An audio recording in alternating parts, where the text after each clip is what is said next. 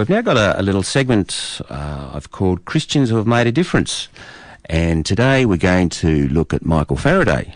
Now, Michael Faraday was born in 1791 and died 75 years later in 1867. He was an English scientist. His most important discovery was that electricity and magnets can interact and produce movement. So he invented the first electric motor and the first electric generator, the forefathers of modern electric motors and generators. We can thank him for making all our electric appliances possible. Michael Faraday's father was a blacksmith. His first job was delivering papers, and this led to a bookbinding job. This gave Michael access to books to read, which he did avidly. Through fortunate circumstances, he became assistant to Humphrey Davy, a well-known research chemist of the day. However, he soon exceeded his master with his experiments and inquisitive mind. He was a practising Christian, like most of the other members of the Royal Society.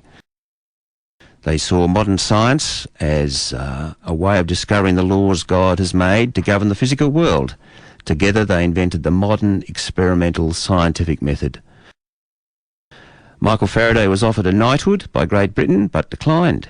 He was offered a burial site in Westminster Abbey, but he declined that as well. However, there is a plaque commemorating him in Westminster Abbey.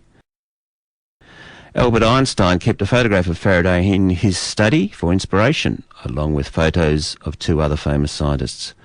When asked by the British government to advise on the production of chemical weapons for use in the Crimean War, Faraday refused to participate, citing ethical reasons.